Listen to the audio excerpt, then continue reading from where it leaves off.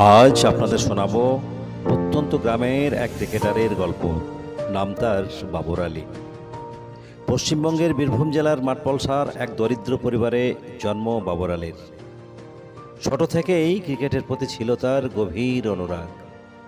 শৈশবটা কেটেছে তার গ্রাম্য ক্রিকেট খেলেই।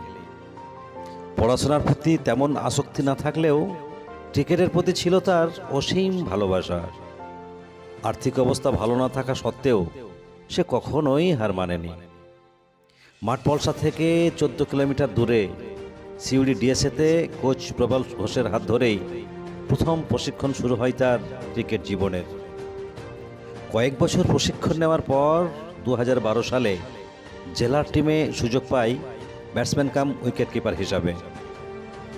ডিস্ট্রিক্ট টিমে কয়েক বছর খেলার পর এমজিআর স্পোর্টস একাডেমির কর্ণধার শেখ মহিমের নজরে পড়ে বাবর আলী।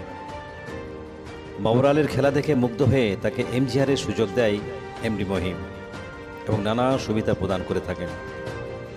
বেশ কয়েক বছর এমজিআরে খেলার পর সেখান থেকেই সিকিম সুপার ডিভিশনে চান্স পেয়ে যায় বাবর আলী।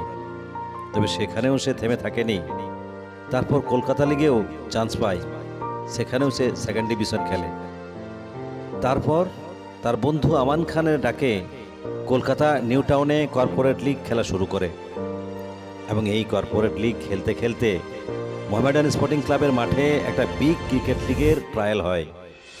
সেখানেও সিলেক্ট হয় বাবর আলী।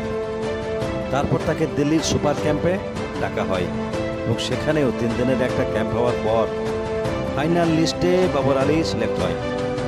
এবার আপনাদের একটু জানাই, এই বিগ ক্রিকেট লিগের কর্ণধার হচ্ছেন স্বনামধন্য সাবেক ক্রিকেটার কোটনি ওয়ালস, দিলীপ ভেঙ্কসরকার এবং আরপি সিং। তাই আমাদের সকলের আশীর্বাদ এবং ভালোবাসা রইল বাবর আলীর জন্য। আগামীতে যেন ভারতীয় দলের প্রতিনিধিত্ব করুক, এটাই আমাদের সকলের প্রত্যাশা। ধন্যবাদ।